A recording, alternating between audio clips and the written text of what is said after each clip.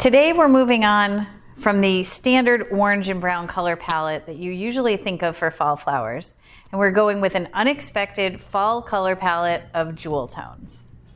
I'm Ellen Frost. I'm building a community of flower nerds online by sharing knowledge and creating connections. Subscribe to my free weekly newsletter. The link is in the description. Today I'm going to show you a jewel tone color palette that is a perfect way to elevate your fall designs. So I'm starting off first with a turquoisey aqua blue vase.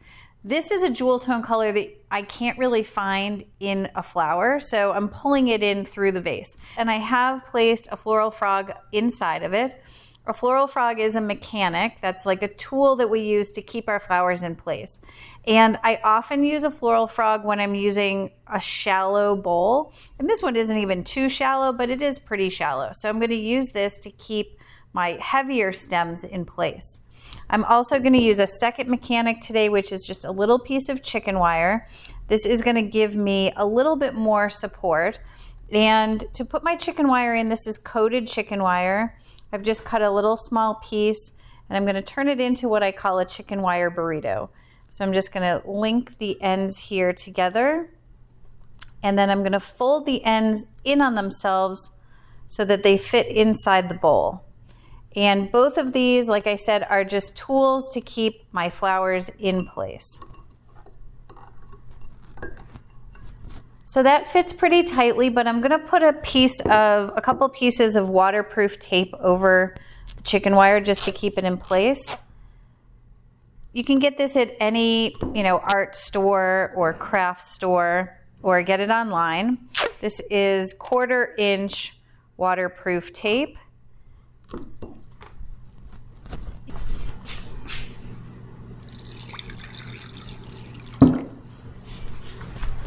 So if you're like me, when you hear the term jewel tones, you probably can picture them in your head, but maybe you're not exactly sure what they are.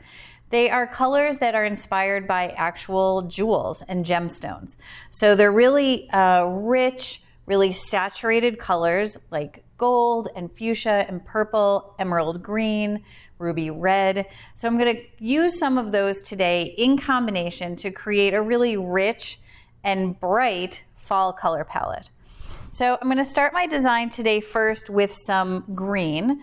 So like I said, emerald green is a jewel tone color, and this one is a little bit brighter, but I do want to keep it fresh and not too dark because we're just going into fall. Thornless raspberry is one of my favorite fall foliages to use. We actually start using it in the spring and use it all the way through the fall. So I'm going to use my foliage to create sort of the base of my design and the lines of how I want the design to look. So as I start, I'm just putting my raspberry foliage inside the frog. I'm going to go maybe with a little bit of an asymmetrical look today. All right, so I've got my aqua bowl, I've got some greens.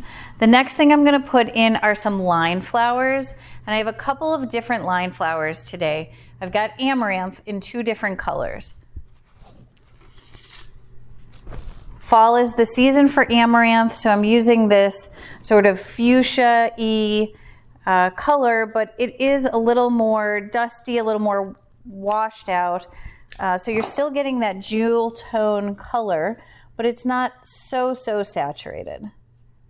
So I'm going to go with a high point, a medium point, and a low point in this design. So I'm going to keep this as my high, my medium, and this is going to be my low here. The next thing I'm going to do is add a little bit of filler flower, and I'm going to be using this crested celosia. This is Kramer's Burgundy, and even though it's called Kramer's Burgundy, it is really more of a deep fuchsia. And this is really what I think of when I think of jewel tones, this really deep fuchsia color. I love it. It's one of my favorite one of my favorite celosias of this season. So celosia is a filler flower for me in this design. It's really more of a background flower, so I want to use it to get that nice rich color, but it's not the focus of my design. It's really more just to bring the color into the background so that the other flowers can pop. The next flower I'm going to put in are these marigolds, and there are a ton of marigolds on the market for cut flower design. This is one of my favorites. It's called Oriental Deep Gold, and it is not, there's like the orange, which is like a really pumpkin orange, and then there's like a really bright sunny yellow. This is the perfect jewel tone color of gold to add to a jewel tone design. So you can see this is a pretty branchy stem, so I'm going to start to break it down into smaller pieces. And this is great because you might be thinking if you cut these into single stems, they're pretty short. You wouldn't really be able to use them in like a bouquet, but in a little short vase like this, they're perfect.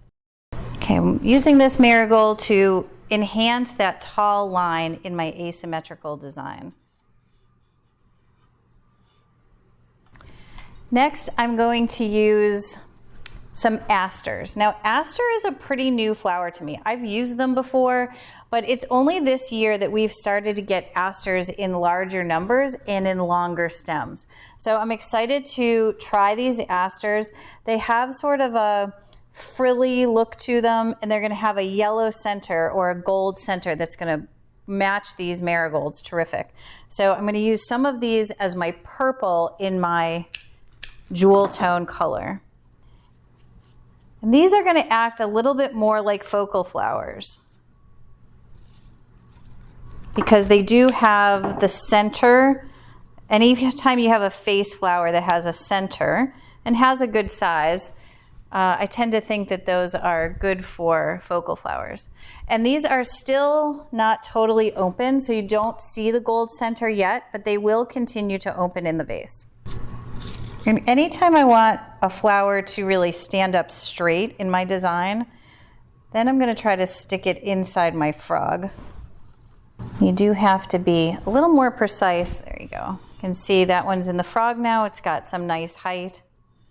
And because I'm using these more as a focal flower, I'm going to try to create sort of a focal look here in the center of my design, so that your eye is sort of drawn from the tallest point into the center and up from the lowest point into the center. Now, like I said, asters are pretty new to me, so I'm getting some stems that are singles, but I'm also getting some that are really branchy, like this one here. And again, like the marigolds, I'm able to break it down into a lot of short stems that might not be great for bouquets, but for what we're doing here today, they're the perfect length. So I'm actually getting 6 or 7 blooms off of this. And if I did need a tall stem, I could keep this last one as the tallest stem, and I might reserve that just in case I want it for later. But otherwise, I'm going to use these stems pretty short.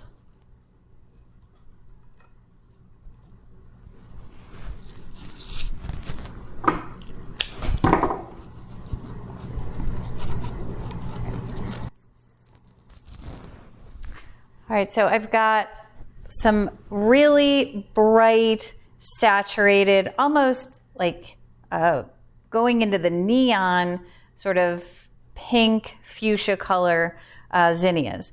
And these are going to be great because these are really going to be the eye-catching thing in this design. So I'm going to keep these as my focals here. Again, with the aster bringing some attention to the center of my design. And I am going to bunch a few of them together here in the center.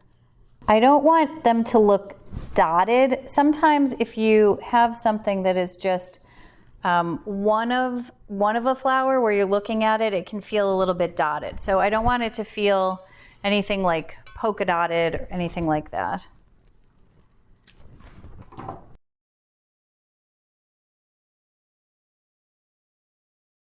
All right, I'm going to do the same on the other side with my zinnias.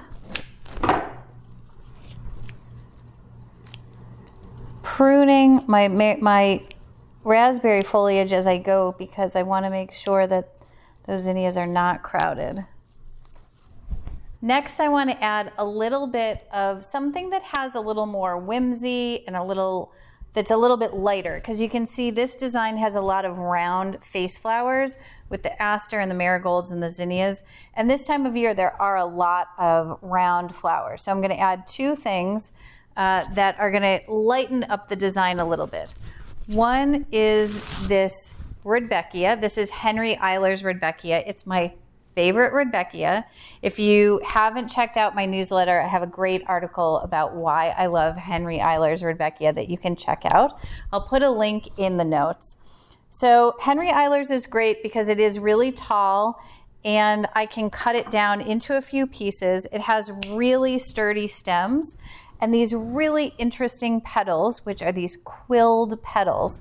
So I'm going to add a little bit of this as a sort of floating above my design, just to give it a little more lightness, a little more airiness. All right, lastly now, I'm going to add one of my favorite native design elements for the fall. This is sea oats. And when it's fresh this time of year, so end of August, beginning of September, it has a green color to it, and it has these just hanging, drooping, beautiful little, they look like little leaves. And a little bit later on in the fall, like when we get into October and then into November, they're going to have like a tan beige suede color that I also love. So I love them in all of their stages. And what I love to do with them is to, again, pop them out of the design so that you can really see the arch and the whimsy of those sea oats.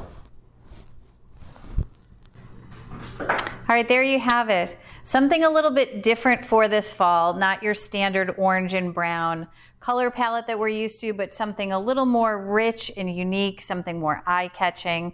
If you enjoyed this video, hit the like button. And if you want more flower content in your life, subscribe to my free weekly newsletter all about flowers. The link is in the notes.